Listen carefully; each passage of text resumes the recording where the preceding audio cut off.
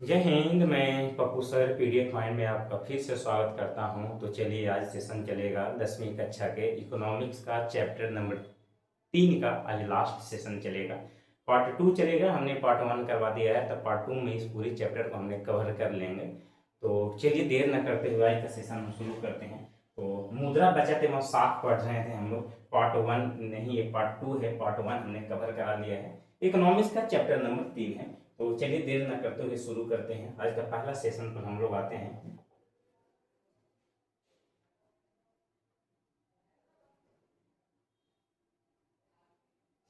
वस्तु विनिमय प्रणाली के बारे में हमने पढ़ लिया था। मौद्रिक विनिमय प्रणाली के बारे में हमने कवर कर लिया था।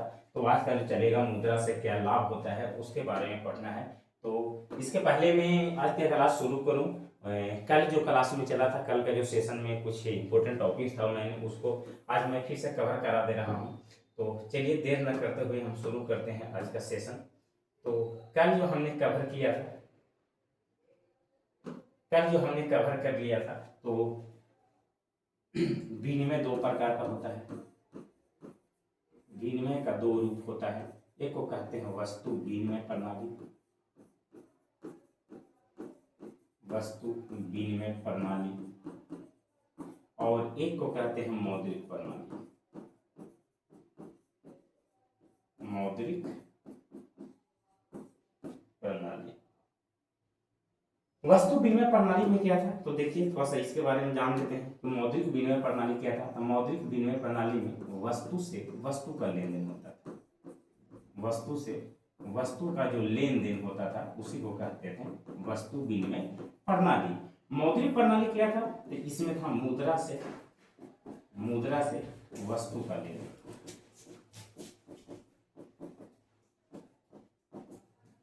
देन। मौद्रिक प्रणाली विनिमय दो प्रकार का होता है। विनिमय का मतलब होता है अदला बदली, लेन देन करना।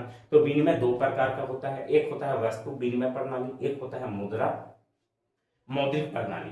यानी कहने का मतलब हुआ कि जब मुद्रा का विकास नहीं हुआ था, तो मुद्रा का विकास जब नहीं हुआ था, तब इंसान अपने जरूरतों को पूरा करने के लिए एक दूसरे से वस्तु का लेन देन किया करते थे। जैसे मान लीजिए कि हमको चावल चाहिए तो चावल दे करके हम क्या देते हैं, चावल। गेहूं चाहिए तो हमको चावल, मेरे पास है, गेहूं चाहिए तो चावल दे देंगे और गेहूं को ले लेंगे। उसी प्रकार मौद्रिक प्रणाली में मुद्रा से वस्तु का लेन देन हुआ। अगर मुद्रा देकर हमको गेहूं खरीदना है तो हम बहुत आसानी से खरीद सकते थे। ये बड़ा ही इंपॉर्टेंट टॉपिक था कल का, विनिमय प्रणाली। तो इसके बारे में हमने मुद्रा का विकास धीरे धीरे कैसे हुआ, सिक्का के हुआ, फिर सिक्का आया, फिर तांबा, सोना और चांदी का सिक्का बनने लगा, फिर धात्विक मुद्रा बना जो पीतल और तांबा का बनता था। तो साख, फिर भरोसा हो गया। साख का मतलब होता है भरोसा या विश्वास। साख का मतलब होता है भरोसा या विश्वास। और ये जो साख का जो संबंध है वो उधार से है, यानी कि ऋण से है। तो हमने कल का सेशन में हमने ये सब सारी चीजें कवर करा लिया था। तो चलिए, आज का जो पहला सेशन जो चलेगा, पहला टॉपिक जो चलेगा वो चलेगा मुद्रा से लाभ। कि हमें मुद्रा से क्या क्या लाभ होती है, मुद्रा से लाभ क्या क्या है, इसके बारे में आज हम जिक्र करने वाले हैं। तो मुद्रा से उपभोक्ता को लाभ होता है। उपभोक्ता का मतलब ग्राहक होता है। उपभोक्ता मतलब ग्राहक होता है। तो जब मुद्रा का जब विकास हो गया, तो मुद्रा के विकास होने से लोगों को एक फायदा हुआ, उपभोक्ताओं को एक फायदा हुआ, ग्राहकों को एक फायदा हुआ कि मुद्रा लेकर वो आसानी से किसी भी दुकान पर जाकर के अपनी जरूरतों को, सामान को आप खरीद सकते हैं। तो मुद्रा का विकास से ग्राहकों को लाभ हुआ, उपभोक्ताओं को लाभ हुआ कि जो चीज चाहिए उसको, अगर उसके पास मुद्रा है, उसके पास अगर पैसा है, तो उसको जो चाहिए वो सारी चीजें उसको उस दुकान में उपलब्ध हो जाएगा जहां पर वो जाएंगे। दूसरा कहता है मुद्रा से उत्पाद को लाभ, उत्पादक को लाभ। अब मुद्रा से उत्पादक को पैसा निवेश करने लगा भाई, उत्पादक कंपनी और पैसा वस्तु को उत्पादन करने लगा तो पैसा निवेश करने लगा। मुद्रा और साख, मुद्रा आया तो भरोसा भी हुआ। मुद्रा से क्या हुआ, एक भरोसा भी लोगों के मन में जागा, यानी विश्वास भी जागा मुद्रा और साख से। दूसरा चौथा कहता है कि वस्तु विनिमय प्रणाली की कठिनाई का निराकरण। वस्तु विनिमय प्रणाली में जब क्या था कि वस्तु विनिमय प्रणाली जब चल रहा था, तो वस्तु विनिमय प्रणाली में वस्तु से वस्तु का लेन देन किया करते थे।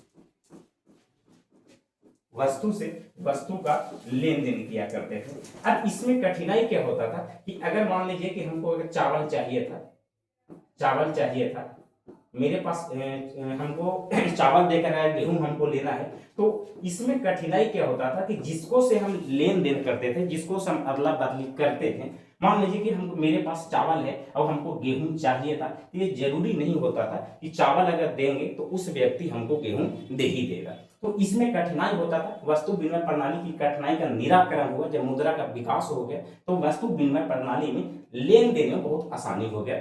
वस्तु विनिमय प्रणाली में लेन देन में बहुत कठिनाई होता था, जो हमको जरूरत की जो सामान होता था वो हमें मिल नहीं पाता था। और जब मुद्रा का विकास हुआ, इसका समाधान निकल गया कि अगर मुद्रा अगर हमको मिल गया, मुद्रा मेरे पास आ गया, मुद्रा का जब विकास हो गया तो हमें जो चीजें चाहिए वो बहुत आसानी से हमें उपलब्ध हो जाती थी।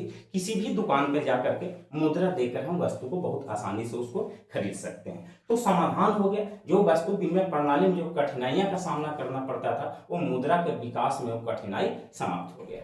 उसका समाधान हमको मिल गया कि जो चीजें हमको चाहिए वो हमको किसी भी दुकान पर उपलब्ध हो सकता है। मेरे पास अगर मुद्रा है तो बहुत आसानी से हमें वो मिल जाएगा। पांचवा कहता है कि मुद्रा और पूंजी की तरलता। तरलता का मतलब होता है कि ये कहीं भी मुद्रा है, मेरे पास पैसा है, मेरे पास पूंजी है, तो कहीं भी हम मुद्रा की सहायता से कहीं भी किसी भी स्थान पर जाकर के हम बहुत आसानी से लेन देन कर सकते हैं। जो चीजें हमको चाहिए, जो वस्तु हमको चाहिए, उसको बहुत आसानी से हम ले सकते हैं। छठा कहता है कि मुद्रा और पूंजी की गतिशीलता। ये मुद्रा एक जगह थोड़ी न रहेगा। आज मेरे पास अगर 500 का नोट है तो वो किसी अगले दिन किसी अगले व्यक्ति के पास भी जा सकता है। तो पैसा जो है, मुद्रा जो है गति करते रहता है। आज मेरे पास है, कल उसके पास है होगा, परसों उसके पास हो जाएगा। यानी कहने का मतलब हुआ कि मुद्रा का विकास होने से बहुत सारा लाभ हुआ, बहुत सारी जरूरत के अनुसार हमें वस्तु उपलब्ध होने लगा। मुद्रा और पूंजी निर्माण। जब मुद्रा का विकास हो गया तो पूंजी का निर्माण करने लगे, हम पैसा को निवेश करने लगे, और जितना ज्यादा पैसा निवेश करेंगे उतना ज्यादा पूंजी का निर्माण हो सकता है। तो ये था मुद्रा से कुछ इंपॉर्टेंट लाभ जो मुद्रा का विकास से हुआ। जो मुद्रा से उपभोक्ता का लाभ हुआ, यानी कि ग्राहक को लाभ हुआ। उपभोक्ता का मतलब क्या होता है? ग्राहक होता है। तो उपभोक्ता से मुद्रा से उपभोक्ता का लाभ हुआ। जब उपभोक्ता के पास, ग्राहक के पास अगर मुद्रा आया तो कहीं भी जाकर के किसी भी दुकान पर जाकर अपना वो सामान ले सकता है। दूसरा क्या था? मुद्रा से उत्पादक का लाभ। पैसा निवेश करने लगे लोग। जब मुद्रा आ गया तो पैसा निवेश करने लगे। मुद्रा और साथ लोगों में भरोसा जागा, विश्वास जागा। वस्तु विनिमय प्रणाली की कठिनाई का निराकरण, समाधान हो गया। वस्तु विनिमय प्रणाली में जो लोगों की कठिनाई का सामना करना पड़ता था, जो समस्या उत्पन्न होती थी, उस समस्या से समाधान मिल गया जब मुद्रा का विकास हो गया। मुद्रा और पूंजी की तरलता। मुद्रा और पूंजी की तरलता का मतलब कि मुद्रा के विकास होने से कि कोई भी चीज बहुत आसानी से कहीं भी जाकर के, दुनिया के कोई कोने में, इंडिया के कोई कोने में जाकर के अगर मेरे पास मुद्रा है तो उस काम को बहुत आसानी से हम कर सकते हैं। कोई भी अगर हमको जरूरत की चीजें हैं तो बहुत आसानी से हम कहीं भी जाकर के उस मुद्रा की सहायता से अपना काम कर सकते हैं। मुद्रा और पूंजी की गतिशीलता। मुद्रा और पूंजी की गतिशीलता का मतलब हुआ कि पैसा आज मेरे पास है तो कल किसी और के पास हो जाएगा। तो मुद्रा जो है, पैसा जो है, वो एक स्थान से दूसरे स्थान तक चलते रहता है। मुद्रा और पूंजी निर्माण। जब मुद्रा का विकास हो गया तो लोग पूंजी निवेश करने लगे, अपना व्यापार बढ़ा दिए, अपना बिजनेस बढ़ा दिए, तो पूंजी का निर्माण होने लगा। कोई व्यक्ति अगर किसी भी बिजनेस में, किसी भी व्यापार में जितना ज्यादा पैसा का निवेश करेगा उसका उतना ही ज्यादा पूंजी का निर्माण होगा। तो ये था मुद्रा से कुछ लाभ। तो चलिए आगे चलते हैं।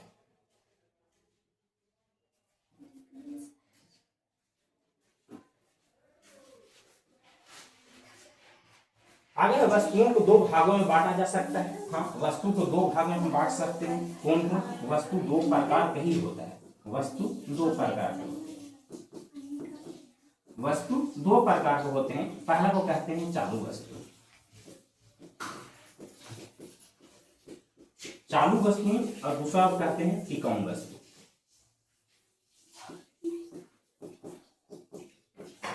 टिकाऊ वस्तु। चालू वस्तु को है क्या है कि वैसा वस्तु जिसको हम ज्यादा समय तक प्रयोग नहीं कर सकते, लंबे समय तक हम इसको नहीं रख सकते, लंबे समय तक इसे नहीं रख सकते हैं,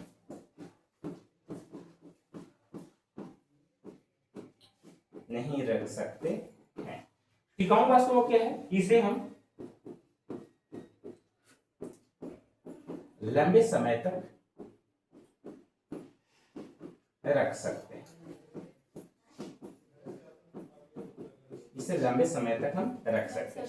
लंबे समय तक नहीं रखने वाले सामान क्या हो जाएगा, जैसे सब्जी हो जाएगा, फल हो जाएगा। तो ये ऐसी वस्तुएं हैं जिन्हें हम लंबे समय तक हम अपने प्रयोग में नहीं ला सकते हैं। बहुत कम समय में, लंबे समय तक अगर हम इसको रखते हैं तो ये वस्तुएं खराब हो जाती है। तो चालू वस्तुएं और टिकाऊ वस्तुएं, टिकाऊ वस्तुओं में क्या हो सकता है, हम कुछ भी ले सकते हैं, जैसे मोटरसाइकिल ले लेंगे, कार ले लेंगे। तो ये सारी वस्तुएं जो है वो बहुत दिनों तक हम इसको रख सकते हैं। तो वस्तु दो प्रकार का, एक चालू वस्तुएं, टिकाऊ वस्तुएं। चालू वस्तुएं किसे कहते हैं, तो चालू वस्तुएं जिसको हम बहुत लंबे समय तक हम रख सकते हैं, बहुत लंबे समय तक, लंबे समय तक हम नहीं रख सकते हैं, बहुत कम समय में उसको समाप्त होने की संभावना ज्यादा रहता है, वो खराब होने की संभावना उस पर ज्यादा रहता है। जैसे साग सब्जी अगर लेते हैं, फल लेते हैं, कोल्ड ड्रिंक लेते हैं, दूध अगर है, तो ये सभी वस्तुएं जो है तुरंत समाप्त हो जाने वाली चीज है, तुरंत खराब होने वाली चीजें हैं। तो ऐसी वस्तुएं जिसको लंबे समय तक हम नहीं रख सकते हैं, जो बहुत जल्दी खराब हो जाती है, उसको कहते हैं चालू वस्तुएं। टिकाऊ वस्तुएं किसे कहेंगे, टिकाऊ वस्तुएं उसको कहते हैं जिसको हम बहुत लंबे समय तक हम रख सकते हैं, जो जल्दी खराब नहीं होती है, उसको कहते हैं टिकाऊ वस्तुएं। जैसे मोटरसाइकिल हो गया, कार हो गया, साइकिल हो गया, ये सारी चीजें जो है, मोबाइल हो गया, मोबाइल फोन हो गया, डिजिटल बोर्ड हो गया, ये सारी ऐसी चीजें हैं, ऐसी वस्तुएं हैं जिसको हम लंबे समय तक हम रख सकते हैं। तो वस्तुएं दो प्रकार के, चालू वस्तुएं और टिकाऊ वस्तुएं।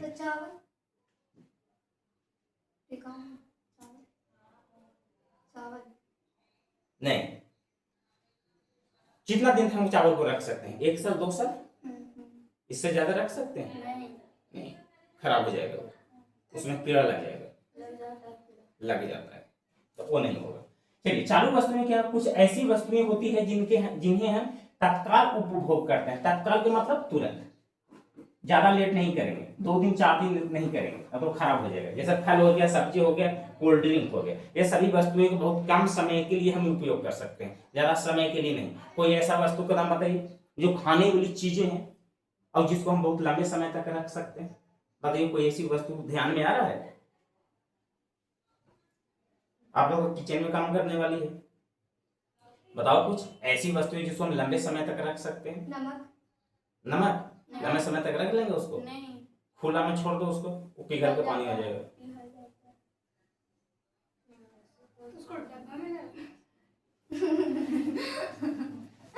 खाने वाली जितना भी वस्तुएं हैं उस सबको देखिएगा तो उस सब पर पैकेट पर एक्सपायरी डेट लिखा रहता है, पता है? अब अक्सर खाने वाली चीजों पे एक्सपायरी डेट क्या लिखा रहेगा, packing for after the 6 month, 5 month या 4 मंथ। ज्यादा से ज्यादा अगर होगा तो 1 साल, इससे ज्यादा होगा। कहने का मतलब कि अगर वो खाने वाला कोई वस्तु अगर पैकेट में पैक हुआ ना, तो पैकेट में जहिना से जिस दिन से पैकेट में पैक हो गया, उस दिन से उस वस्तु को मात्र 6 महीना, 8 महीना, 10 महीना, 4 महीना, 3 महीना है, उसको हम खा सकते हैं। अब छोटा सा कुरकुरे के भी बिस्कुट के कुरकुरे का पैकेट लो, उस पर भी लिखा रहता है कि packing after 6 month expiry date. समझ में आ रहा है? तो ऐसी कोई खाने वाली ऐसी कोई वस्तु, हाँ आप लोग देखते नहीं है, खा लेते हैं, दावा पे भी रहता है, सभी चीजें पर रहती है एक्सपायरी डेट, सब पर एक्सपायरी डेट है। जितना भी खाने वाली चीजें हैं उस सब पर एक्सपायरी डेट है। लगाने वाली चीजें हैं उस पर भी एक्सपायरी डेट है। क्रीम लगाइए, पाउडर लगाइए, तो हाँ, लड़कियां में ये बहुत ये खास बात है कि जितना चेहरा में लगाने वाली चीजें होगी, देख लेते हैं, हाँ, दाम चाहे जितना भी रहे वो डजेंट मैटर, वो लिया ही जाएगा। लेकिन हाँ, तो उसको देखें कि इसमें ये देखें कि एक्सपायरी डेट है कि नहीं, इसको लगाने के बाद मुंह खराब हो जाएगा कि नहीं होगा। हाँ, ये जरूरी चीजें हैं। तो सबसे पहले ट्राई किया जाता है। लड़कियां के क्या है कि बार्गेनिंग में लड़कियां बहुत आगे होती है। ससुरी पता ना शुरू से ही इसे कहे है, तेज बहुत रहती है, हाँ। लड़का से ज्यादा उसको लड़की- तेज नहीं कहते, उसको कंजूस कहते नहीं। हैं। हाँ, ससुर कंजूस बहुत लड़का आप- नहीं। तो चालू वस्तु और टिकाऊ वस्तु कोई ध्यान में आया ऐसे कुछ चीज सामान जिसको ऐसा कुछ ध्यान में आ रहा है? हल्दी पाउडर। आप जो बोले नहीं इस बार। बार्गेनिंग, बार्गेनिंग का मतलब होता है कि लड़कियां अगर किसी दुकान में कोई सामान खरीदे गई, दुकानदार कहा कि 1000, वो सीधे आधा पर आएगी 500, पूरा कम कर। देखो 500 में। तो कंजूस नहीं है सर, हाँ। कंजूस उसको कहते हैं हैं। कंजूस। हाँ, किसको कहेंगे? पैसा, आप लोग वो देख के आते तो वो वो पैसा ज्यादा- बचाने वाली है। अमीरी भाव तो नहीं कर सकते सर। बार्गेनिंग तो महिला लोग जो है बार्गेनिंग में बहुत आगे रहती, हम ये कहना चाहते हैं। चलिए अपने टॉपिक पर आते हैं। टिकाऊ वस्तुएं, कुछ वस्तुएं ऐसी होती है जिसको उत्पादन के कार्यों में प्रयोग की जाती है, मतलब बहुत लंबे समय तक, समझ में आ रहा है? बहुत लंबे समय तक उसको हम रख सकते हैं, प्रयोग कर सकते हैं, उसे वो कहते हैं टिकाऊ वस्तुएं। चलिए आगे चलते हैं। शांत रहिए। उपभोग, उपभोग क्या है?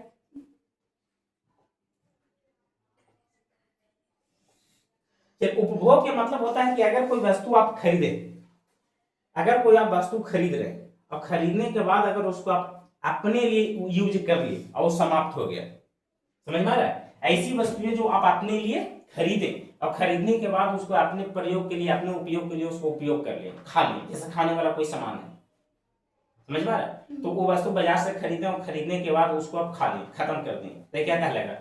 उपभोग कहलाएगा। क्या कहलाएगा? उपभोग। कुल आय का वह भाग जो चालू वस्तुओं पर खर्च किया जाता है, तभी तो बताए कि चालू वस्तुएं कौन वस्तुएं हैं? खाने पीने वाला चालू वस्तुएं होगा कि ना होगा? हैं? खाने पीने वाला क्या होगा? चालू वस्तुएं, क्योंकि इसको हम लंबे समय तक, खाने पीने वाला सामान तो लंबे समय तक हम रख सकते हैं। नहीं। जरा पानी भी खराब हो जाएगा, पानी भी खराब हो जाएगा, पानी में गंद आ जाएगा, ज्यादा दिन तक रखिएगा उसको पैकिंग करके खराब हो जाएगा। अब कहिए कि ढक्कन हटा के रखें, ढक्कन हटा के रखेगा वो खराब जल्दी हो जाएगा, समझ में आया? तो उपभोग उसे को कहेंगे जो चालू वस्तुओं पर खर्च किया जाता है, सिर्फ चालू वस्तुओं पर। अब टिकाऊ वस्तु पर खर्च करेंगे उसको उपभोग थोड़े ना कहेंगे। अब मोटरसाइकिल लेके उसको खाना थोड़े है, मोटरसाइकिल लो काट करके खा लो, ऐसा थोड़े, ऐसा तो नहीं है। इसलिए उपभोग किस पर खर्च किया जाता है? चालू वस्तुओं पर, जिसको हम तत्काल उपयोग कर सकते हैं। तत्काल मतलब जल्दी, बहुत जल्दी हम उसको उपयोग कर सकते हैं, उसको क्या कहते हैं? तत्काल में उपभोग कहते हैं। बचत का है कि कुल आय में से अपने खर्च को घटा दीजिए, जो बचेगा वो क्या हो जाएगा? बचत। क्या हो जाएगा? बचत। यानी कि बचत का फॉर्मूला क्या होता है? आय तथा उपभोग के अंतर को क्या कहते हैं? बचत। यानी बचत का फॉर्मूला अगर निकालना है तो क्या निकालेंगे? बचत बराबर होता है कुल आय माइनस खर्च। कुल आय माइनस खर्च को क्या कहते हैं? बचत कहा जाता है। समझ में आ रहा है? समझ में आ रहा है? चलो आगे है। बचत दो प्रकार का होता है, एक होता है वस्तु संचय, एक होता है नगद बचत। वस्तु संचय किसे कहते हैं? कुल आय का ऐसा भाग जो वस्तु पर किया जाता है, वस्तु पर खर्च किया जाता है, वस्तु पर खर्च किया जाता है, उसे वियोग या वस्तु संचय कहा जाता है। जैसे मोटर गाड़ी, सिलाई मशीन, ये सारी पे वस्तु संचय। सीधी सी बात बताइएगा, बचत कितने प्रकार के? दो प्रकार। चलिए हम बताते हैं। बचत कई गो? पहला होता है वस्तु संचय, वस्तु संचय। दूसरा कहते हैं नगद बचत। अब ध्यान से सुनिएगा, बचत दो प्रकार के, एक होता है वस्तु संचय, एक होता है नगद बचत। नगद बचत वस्तु संचय का मतलब कि मान लो कि हम पैसा कमाए, हम 10,000 रुपया कमाए। कितना कमाए? 10,000। अब 10,000 रुपया कमाने के बाद 10,000 का हम मोटर गाड़ी खरीद लिए। समझ में आ रहा है? तो ये जो मोटर गाड़ी जो खरीदेंगे तो क्या खराब होने वाली चीजें हैं? नहीं। तुरंत खराब हो जाएगा, तुरंत समाप्त हो जाएगा। ये तो समाप्त नहीं होगा। 10,000 के अगर हम मोटर गाड़ी खरीदें तो मेरे घर में रहेगा सुरक्षित, हम इसका प्रयोग भी कर सकते हैं। तुरंत समाप्त होने वाली चीजें हैं ये? नहीं। तो तुरंत समाप्त होने वाली चीजें नहीं है तो ये मोटर गाड़ी को हम बचा के रखेंगे, मेरे घर में सुरक्षित रहेगा। जब मेरे घर में सुरक्षित रहेगा तो इसी को कहेंगे वस्तु संचय। संचय का मतलब होता है जमा या बचत करना। बचत करना या क्या कहते हैं इसको, जमा जमा करना। करना। तो जो पैसा हम 10,000 कमाए उस पैसा से 10,000 का हम मोटर गाड़ी खरीद ली, तो मोटर गाड़ी मेरे घर में सुरक्षित रहेगा। तो हम वस्तु खरीदे ना, तो वस्तु खरीदे, वस्तु को बचा के रखेंगे तो क्या कहलाएगा ये, वस्तु संचय। वही अगर 10,000 रुपया हम कमाएं और 10,000 रुपया को हम बैंक में जमा कर दें, हम कुछ खरीदे भी नहीं दिए, बैंक में जमा कर दें, कुछ ना खरीदे, 10,000 रुपया कमाए और 10,000 रुपया को हम अपने बैंक में जमा कर दें, तो बताइए कि जब बैंक में जमा करें तो नगद में बचत कर लिए जी, ये तो पैसे में ना बचत किए। अब बोलो बोलो, बचत हम क्या कर रहे हैं, पैसा बचत कर रहे हैं। तो जो पैसा बचत कर रहे हैं, हम 10,000 रुपया कमाए, 10,000 रुपया कमाने के बाद हम पैसे के बैंक में जमा कर दें, कोई वस्तु खरीदे ही नहीं, तो जो पैसा को हम बैंक में जमा किए वो नगद बचत हो गया। कौन बचत हो गया, नगद बचत। और वही 10,000 से कोई वस्तु खरीद के हम रख लिए घर में, तो हो गया वस्तु संचय। दोनों तो 10,000 का है, एक हम 10,000 को बैंक में जमा करते हैं और एक 10,000 से हम मोटर गाड़ी खरीद लिए, तो ये जो वस्तु खरीद लिए वस्तु बचत। कौन बचत, वस्तु बचत। हम वस्तु नहीं खरीदे तो नगद बचत। समझ में आ गया। तो ये था बचत, दो प्रकार के, वस्तु संचय और नगद बचत। इसका डिफिनेशन कुछ इस प्रकार से, वस्तु संचय क्या कहते हैं, वस्तु संचय का मतलब होता है कि कुल आय का ऐसा भाग जो वस्तु पर खर्च किया जाता है, वस्तु खरीद लिए उसको सुरक्षित रख लिए। नगद बचत का तो कुल आय का वह भाग जो टिकाऊ वस्तुओं पर खर्च किया जाता है। हाँ भाई, टिकाऊ वस्तु जो ज्यादा लंबे समय तक चल सकता है हमको। चलिए आगे चलते हैं। साख का अर्थ होता है विश्वास या भरोसा। साख का अर्थ होता है विश्वास या भरोसा। अब साख का मतलब होता है विश्वास या भरोसा। ये विश्वास या भरोसा कहां से आया, जब मुद्रा का विकास हो गया था, क्योंकि जब मुद्रा का विकास हुआ तभी यहाँ साख का मतलब हुआ, मुद्रा का विकास। साख का मतलब क्या होता है, भरोसा या विश्वास, भरोसा या विश्वास। जब मुद्रा का विकास हो गया तो लोगों में ना विश्वास की भावना जागा। साख का इकोनॉमिक्स के भाषा में साख कहते हैं किसको, विश्वास को। तो अर्थशास्त्र में साख का मतलब होता है ऋण लौटाने या भुगतान से। अब ये साख का जो संबंध है वो उधारी से है। काची से है, उधार से।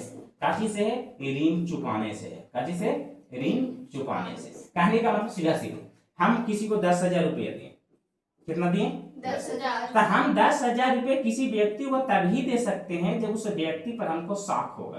साख बोले तो विश्वास। क्या होगा, विश्वास होगा। अब अगर 10,000 रुपया अगर हम उधार किसी व्यक्ति को 10,000 रुपया हम उधार क्यों दे रहे हैं, क्योंकि उस व्यक्ति पर हमको साख है, उस व्यक्ति पर हमको क्या है, भरोसा है। तो जब उस व्यक्ति पर हमको भरोसा है तो हम उसको 10,000 रुपया दे रहे हैं। और साख का संबंध किससे है, उधार से है या ऋण से, ऋण से है। अगर किसी व्यक्ति को 10,000 रुपया हम दे रहे हैं तो उसको हम ये देखेंगे क्या वो व्यक्ति हमको 10,000 रुपया उसको चुकाने की क्षमता है या नहीं है। अगर 10,000 रुपया उसको चुकाने की क्षमता नहीं है तो क्या हम उसको पैसा देंगे, नहीं देंगे। देंगे पैसा, नहीं देंगे। तो साख का मतलब होता है ऋण लौटाने या भुगतान करने से। साख का मतलब होता है भरोसा। अगर भरोसा, हम किसी पर भरोसा किए, हम किसी पर विश्वास किए, और विश्वास करने के साथ साथ हम ये भी देखेंगे कि क्या उसको में ऋण लौटाने का क्षमता है या नहीं है। अगर नहीं, हम देखेंगे कि उसके पास पैसा रहता ही नहीं है, हम उसको 10,000 रुपया दिए, हमको पता है कि उसके पास पैसा नहीं रहता, वो हमको पैसा लौटाएगा नहीं, तो नहीं लौटाएगा तो उसको 10,000 रुपया हम दे देंगे, नहीं देंगे, हम उसको 10,000 रुपया नहीं देंगे। तो अर्थशास्त्र में साख का मतलब होता है ऋण लौटाने या भुगतान करने की क्षमता से। साख के दो पक्ष होते हैं, एक होता है ऋणदाता और एक होता है ऋणदाता और एक होता है ऋणी। ऋणदाता के मतलब होता है जो ऋण देता है, जो ऋण देता है। ऋण का मतलब क्या रहता है, उधार, जो देता है।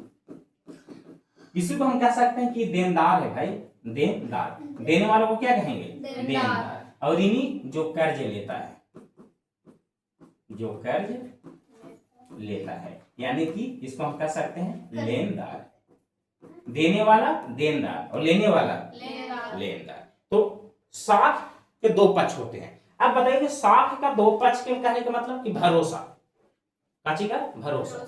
अब बताइए कि अगर हमको अगर किसी से 10,000 रुपया चाहिए, सिंपल सा बात, अगर हमको 10,000 रुपया किसी से चाहिए तो मेरे अंदर भरोसा होना चाहिए कि हम जिसके पास जाएंगे वो हमको पैसा दे देगा। अरे भाई जेकरा से आपको भरोसा रहेगा उसी से मांगिएगा ना। तो साख का दोनों पक्ष होता है, साख का दो पक्ष, लेनदार और देनदार, देनदार या लेनदार, यानी कि दोनों तरफ भरोसा होना चाहिए, दोनों पक्षों में भरोसा होना चाहिए कि अगर हमको अगर चाहिए तो हम जिसके पास लेने जा रहे हैं तो हमको ही भरोसा होना चाहिए कि वो हमको पैसा दे देगा, और जो पैसा दे रहा है उसको भी ये भरोसा होना चाहिए, विश्वास हम पर होना चाहिए कि हम पैसा उसको लौटा देंगे। समझ में आ रहा है? अगर दोनों तरफ से, अगर दोनों पक्ष में से अगर एक पक्ष में अगर कंफ्यूजन हुआ, थोड़ा सा शक हुआ, हमको भी अगर थोड़ा सा शक हुआ कि वो हमको पैसा नहीं दे सकता है तो हम उसके पास जाएंगे नहीं, या उसको अगर हमको शक हुआ कि पैसा मेरा नहीं लौटाएगा तो वो पैसा देगा नहीं। तो साख का मतलब होता है दोनों पक्ष में भरोसा होना चाहिए। तो साख का मतलब दो पक्ष, साख के कितने पक्ष? दो पक्ष, एक होता है ऋणदाता, एक होता है ऋणी। ऋणदाता मतलब कर्ज देने वाला और ऋणी मतलब कर्ज लेने वाला। चलिए समझ में आ गया। आगे साख का मुख्य आधार क्या क्या है? साख का यानी भरोसा करने का। आप किसी पर भरोसा कैसे कर सकते हैं बताइए तो? आप किसी पर विश्वास या भरोसा कैसे कर सकते हैं बताइए? किसी व्यक्ति पर अगर आपको भरोसा करना है तो आप उसमें क्या क्या चीजें देखिएगा।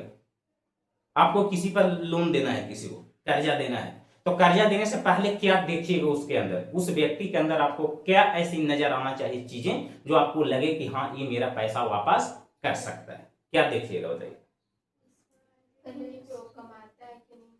कमाता है कि नहीं कमाता, उसके पास पैसा है। पहला देखें कि विश्वास, भरोसा तो करो पहले, पहले क्या करना है? भरोसा करना है कि हाँ हम अगर इसको पैसा देंगे तो क्या वो हमको पैसा लौटाएगा कि नहीं लौटाएगा। इधर ध्यान दीजिए। चरित्र, चरित्र मतलब आचरण। अरे भाई ये भी तो देखना है आचरण कि क्या, पता लगाएंगे कि क्या ये पैसा लेता है, किसी व्यक्ति से पैसा लेता है तो पैसा देता है कि फुल हो जाता है? देता है। अगर उसका कैरेक्टर अच्छा होगा तो हम उसको पैसा दे देंगे। चरित्र मतलब आचरण या कैरेक्टर। तो पहला क्या करेंगे? विश्वास करेंगे उस पर। दूसरा उसका चरित्र देखेंगे, आचरण देखेंगे कि क्या वो पैसा लेने के बाद लौटाता है कि नहीं लौटाता है। तीसरा चुकाने की क्षमता, ये भी देखेंगे कि क्या उसके पास क्षमता है, औकात है कि नहीं है। अब किसी को कोई लेवल जाएगा तो का नहीं देता, तो दे तो दे, तो औकात हो वो देवे के, तो दे देवी हमरा, ऐसा बात बोलते हैं ना। तो यानी कि चुकाने की क्षमता भी हम देखें कि क्या उसको पास चुकाने की क्षमता लोन है या नहीं। फिर देखा पूंजी एवं संपत्ति, ये भी देखें कि क्या उसको इनकम के जरिया क्या है, उसका पूंजी का जरिया क्या है, क्या कमाता है कि नहीं कमाता है। अगर कमाता है और कमाता है तो उसके पास संपत्ति है कि नहीं है। फिर ऋण की अवधि, ये भी देखें कि ये व्यक्ति में क्या ये क्षमता है कि एक महीना जब कह रहा है कि एक महीना में हम पैसा वापस कर देंगे, तो क्या एक महीना में पैसा वापस करने की क्षमता है इसको, ये भी हम देखेंगे। अब कोई किसी को हम पैसा दे दें, कहे कि एक महीना में लौटा देंगे, हो गया 6 महीना, तो अगली बार हम उसको देंगे? नहीं देंगे। तो साख के यानी कि किसी व्यक्ति पर भरोसा करने के मुख्य आधार ये है, क्या है? पहला विश्वास कर सकते हैं, दूसरा क्या है? चरित्र को देखेंगे, तीसरा चुकाने की क्षमता को देखेंगे, फिर पूंजी एवं संपत्ति को देखेंगे, और फिर ऋण की अवधि देखेंगे। तो किसी व्यक्ति पर भरोसा करने का कितने साख, कितने आधार? 5 आधार। चरित्र, विश्वास, चरित्र, चुकाने की क्षमता, पूंजी संपत्ति और ऋण की अवधि, ये भी देखेंगे तो व्यक्ति हमको कितना दिन में लौटा देता है। समझ में आ गए? समझ में? चलिए, very good very good very good. Something something समझिंग ना समझिंग? हाँ, समथिंग समथिंग ना समझिंग, तो हम रिपीट करेंगे, ना करें। हाँ, तो साख पत्र के निम्न प्रकार होते हैं। अब साख पत्र यानी भरोसा पत्र, कैसे कैसे भरोसा पत्र? जैसे एक चेक भी हो सकता है, हुंडी होता है, समझे? हुंडी चेक जैसा ही हुंडी होता है, सेम टू सेम चेक के जैसा होता है। चेक आपको हम देंगे तो आप कैसे मतलब पैसे लाएंगे? अगर आप हमको चेक दे रहे हैं, तो चेक में मेरा अकाउंट रहेगा, आपके अकाउंट रहेगा, ठीक है? आपका सिग्नेचर रहेगा, साइन रहेगा, सारा डिटेल रहेगा। हम बैंक में लेके जाएंगे, आपके अकाउंटों से पैसा हमारे अकाउंटों में डाल देगा। ऐसे होता है। चेक का पेपर ना पेपर होता है। हाँ, चलिए चेक, चेक भी है, ये बैंक के द्वारा दिया गया चेक होता है। विनिमय बिल, लेन देन वाला bill. Bank draft, bank draft भी चेक की तरह ही होता है। बैंक ड्राफ्ट हम लोग जब सरकारी, जब ऑफलाइन सरकारी नौकरी की तैयारी किया जाता था तो फॉर्म भरने का पैसा ऑफलाइन दिया जाता था, तो हम लोग क्या करते थे कि बैंक से बैंक ड्राफ्ट बना के लाते थे। ये 100 रुपया को या 200 को या 500 को बैंक ड्राफ्ट बनाकर, और लिफाफे के अंदर वो बैंक ड्राफ्ट को एक इतना बड़ा फॉर्म आता था, ठीक है। ओकरा में सारा अपना डिटेल डाल करके और बैंक मैनेजर से साइन मुहर करवा करके बैंक में पैसा जमा करके और उस फार्म को हमने लिफाफा के अंदर डाल करके पोस्ट ऑफिस में भेज देते थे। इसको कहते हैं बैंक ड्राफ्ट। हुंडी भी है, हुंडी भी एक साख पत्र है जो बैंक के द्वारा दिया जाता है। प्रतिज्ञा पत्र, प्रतिज्ञा पत्र का मतलब क्या होता है? प्रतिज्ञा पत्र बॉन्ड पेपर, बॉन्ड पेपर जानते हैं ना, जो अथी से बनता है, कोर्ट से बनता है कि मैं प्रतिज्ञा लेता हूं कि आपको द्वारा दिया गया 1 लाख रुपया मैं 2 साल में लौटा दूंगा, उस पर लिखा जाएगा सब, उसको कहते हैं बॉन्ड पेपर। पुस्तकीय साख, पुस्तकीय साख डायरी मेंटेन जो होता है ना दुकान में, उसको कहते हैं साख प्रमाण पत्र। साख प्रमाण भरोसा का प्रमाण पत्र, क्या प्रूफ है, क्या प्रूफ है कि तुमको हम पैसा दे रहे हैं तो तुम हमको पैसा वापस कर देगा, तो साख प्रमाण पत्र में भरोसा के प्रमाण पत्र जारी किया जाता है। चलिए आगे चलते हैं, ये सब छोटी छोटी बातें हैं। चलो चेक क्या है, तो चेक भी देख लीजिए। चेक क्या कहता है? चेक कहता है कि चेक एक प्रकार का लिखित आदेश है। क्या है? लिखित आदेश है। हमको अगर आपको 10,000 रुपया का चेक देना है, आपको 10,000 रुपया हमको पैसा देना है, मेरे पास कैश नहीं है, हम अपने अकाउंट से चेक काटेंगे, चेक काट के आपको दे देंगे, आप जाकर चेक बैंक में भंजा सकते हैं, उसको बैंक से पैसा आप ले सकते हैं।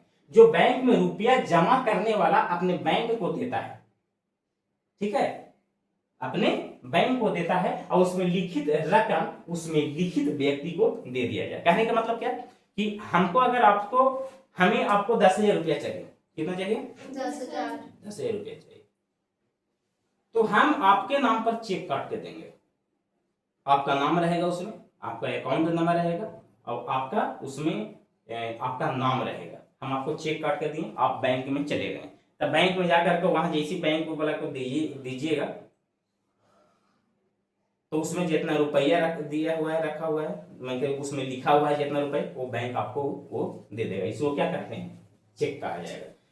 चेक एक आदेश पत्र है कि हम आदेश देंगे बैंक को, आपके नाम पर अकाउंट हमें चेक काटे, तब बैंक को हमें आदेश देंगे चेक के माध्यम से। जैसे वहां पर साइन मुहर अपना करेंगे तो हम बैंक को आदेश दे रहे हैं कि इस चेक में लिखे गए रकम रुपया और इसमें लिखे गए व्यक्ति को इतना पैसा दे दिया जाए, बैंक आपको दे देगा। बैंक ड्राफ्ट क्या है? तो बैंक ड्राफ्ट वह पत्र है जो एक बैंक अपनी किसी शाखा या अन्य किसी बैंक को आदेश देता है कि उस पत्र में लिखे हुए। बैंक ड्राफ्ट भी चेक की तरह ही होता है। थोड़ा सा डिफरेंस क्या है कि कोई भी बैंक में जाकर के या अपने निजी बैंक में या तो किसी दूसरे बैंक को आदेश देगा कि बैंक ड्राफ्ट के तहत इसमें जितना पैसा लिखा हुआ वो पैसा उसको दे दो, दूसरे बैंक से भी। अब चेक और बैंक ड्राफ्ट में यही अंतर है कि चेक मान लीजिए कि है मेरा अकाउंट है SBI का, तो चेक हम दे देंगे पंजाब का नहीं। लेकिन बैंक ड्राफ्ट में ऐसा है कि अगर पंजाब का खाता है तो SBI में जाकर बैंक ड्राफ्ट को पैसा दे सकता है। चलिए यात्री चेक क्या है? यात्री चेक मतलब ध्यान समझिए, मान लीजिए आपके पास 10 लाख रुपया है, क्या लाख? 10 लाख। आप दिल्ली जाना चाहते हैं, 10 लाख रुपया आपके पास है और दिल्ली लेकर जाना चाहते हैं। दिल्ली आप जाना चाहते हैं, 10 लाख रुपया आप दिल्ली लेकर जाना नहीं चाहते। आपको शक है कि 10 लाख रुपया अगर कैश हम दिल्ली लेकर जाएंगे तो हमको रास्ता में चोरी हो जाएगा, छीन लेगा। तब क्या कीजिए कि आपका जो टिकट बना है ट्रेन का या बस का, वो अपने टिकट लेकर के कहाँ जाइए? बैंक मैनेजर के पास जाइए।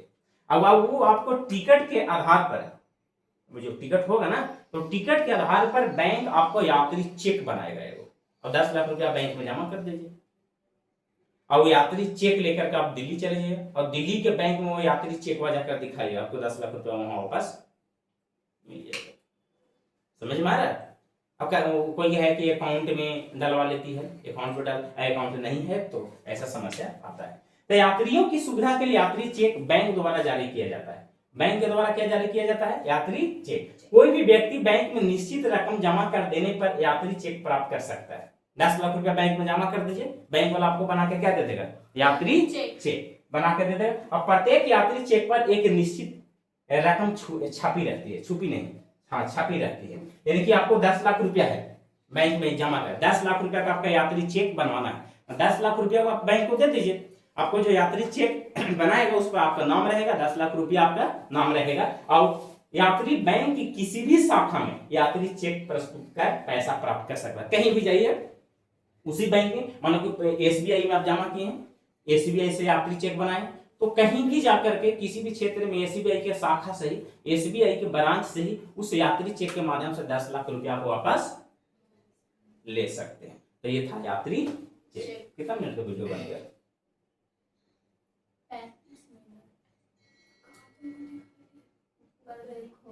चलिए आगे है प्रतिज्ञा पत्र। प्रतिज्ञा पत्र में बॉन्ड पेपर, ये बताया ना, बॉन्ड पेपर। बॉन्ड पेपर कहता है प्रतिज्ञा पत्र में ऋणी के मांग पर या एक निश्चित अवधि के बाद उसमें अंकित रकम ब्याज सहित देने का वादा किया जाता है। सीधा सी बात सुनिएगा, ध्यान से समझिए। हमसे कोई 10 लाख रुपया मांगा, ठीक है, 10 लाख रुपया मांगा, हम उसको 10 लाख रुपया दे दिए। लेकिन 10 लाख रुपया देने से पहले हम एक बॉन्ड पेपर बनवाए। कौन पेपर? Bond paper. और बॉन्ड पेपर बनवाने पर ना, बॉन्ड पेपर में हम लिखें कि हम जितना पैसा उधार दे रहे हैं, जितना भी पैसा हम उधार दे रहे हैं, उस पैसा के आधार पर, सुन ध्यान से, इधर नजर, इधर प्रतिज्ञा पत्र में बॉन्ड पेपर 10 लाख रुपया हम किसी को उधार दें तो एक बॉन्ड पेपर बनाएंगे और बॉन्ड पेपर में लिखा जाएगा कि मैं फलन कुमार, फलनी कुमारी को 10 लाख रुपया दे रहा हूँ। फलनी कुमारी ने ये वादा की है कि हमको इतना समय में, 2 साल में फलन कुमार को पैसा वापस कर देगा, कर देगी, कर देगी। फलन कुमार दिया फलनी कुमारी को। अब फलनी कुमारी ने कह रही है कि हम 2 साल में पैसा हम आपको वापस कर देंगे। ये कहाँ लिखेंगे हम? बॉन्ड पेपर में। हाँ, और बॉन्ड पेपर में ये भी हम लिखेंगे कि फलनी कुमारी जितना दिन तक मेरा पैसा रखेगी, फलन कुमार को ब्याज सहित पैसा वापस लौटाएगी। इसको कहते हैं जी बॉन्ड पेपर। समझ में आया? इसको कहें प्रतिज्ञा पत्र। चलिए, तो ये हमारा चैप्टर तो हो गया द एंड। पूरी चैप्टर क्या हो गया? The end. चैप्टर समाप्त हो गया। ये इकोनॉमिक्स का चैप्टर जो है वो पार्ट 2 में हम समाप्त कर दें। पार्ट 2 में फर्स्ट पार्ट कल चला था, आज सेकंड पार्ट है, तो पूरी चैप्टर समाप्त हो गया। बचा क्वेश्चन आंसर, तो मैं कोशिश करूंगा कि इसको इम्पोर्टेंट क्वेश्चन आंसर लाने के लिए। तो कैसा रहा आज की क्लास अगर अच्छा लगा हो तो वीडियो को शेयर कीजिए, चैनल को सब्सक्राइब कीजिए और प्यारा सा कमेंट दीजिए। और कमेंट बॉक्स में जरूर बताइए कि अगला कौन सा विषय का, कौन सा चैप्टर का, कौन सा टॉपिक में वीडियो लेकर आप लोग के सामने आऊँ। तो आप लोग के मुताबिक मैं अगला वीडियो अगले चैप्टर का मैं बनाऊंगा। तो चलिए फिर कल मिलते हैं इसी टाइम पर। तब तक के लिए हंसते रहिए, खेलते रहिए, मुस्कुराते रहिए और देखते रहिए पीडीएफ माइंड यूट्यूब चैनल पे सर के साथ। तब तक के लिए धन्यवाद। हाँ जी।